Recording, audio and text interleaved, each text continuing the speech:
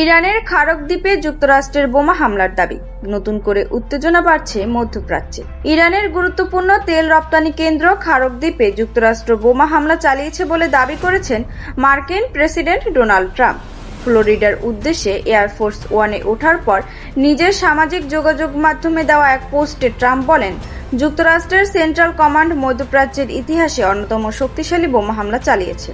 তার দাবি, খারক দ্বীপে থাকা সব সামরিক লক্ষ্যবস্তু সম্পূর্ণ ধ্বংস করা হয়েছে।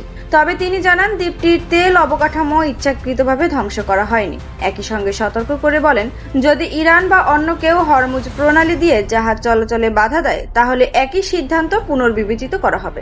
খারক দ্বীপকে ইরানের তেল অর্থনীতির লাইফলাইন বলা হয়, কারণ দেশটির রপ্তানিযোগ্য অপরিশোধিত তেলের প্রায় 90% এখান দিয়ে বিশ্বের বিভিন্ন দেশে যায়।